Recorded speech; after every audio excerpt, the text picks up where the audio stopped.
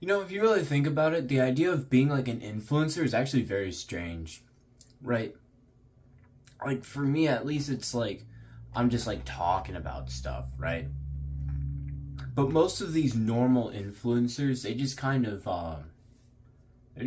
like I don't know, maybe they're like streaming, right? And they're just freaking out on camera about stupid stuff. And that's obviously very strange, right? Like just first of all that you can like make money doing that, but it's obviously not like those people in particular. I think most people are gonna agree that's like a bad influence, right? Especially like these people like Aiden Ross, right? Who he had like a period where he was like trying to get better, but like is just hanging around like sort of like degenerate people, right? So like and like not acting I guess normal, not acting like all dramatic, right? Like not stoic, just weird, like just screaming dramatic. It's like it's too much, you know. That's just so even in that way they're weird because they don't act like normal people, right? However, it brings me to kind of an interesting point, which is if we're gonna make sort of self-improvement, sort of the ideas sort of more mainstream, right? How do we kind of do that without having these strange characters, right? Because I mean, if you look at self-improvement content, you'll realize a lot of it isn't actually that helpful. It's like the longer you get into self-improvement, like if anyone who's like kind of been around the block with this stuff knows what I'm talking about, like is farther along in self-improvement, like please comment down below. Tell me if I'm right or wrong. But like most of the stuff out there is not helpful, right? Because they're still content creators.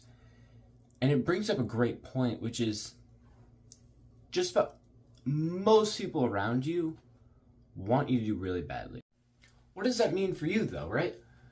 And what that kind of means is that obviously other than being very careful, you have to make sure that you kind of stay away from this phase, right? Of just, oh, how do I do it? I just need to listen. And listening's good. You're gonna need that phase. I sure did. But, right? But the thing is that you need to see if this stuff works.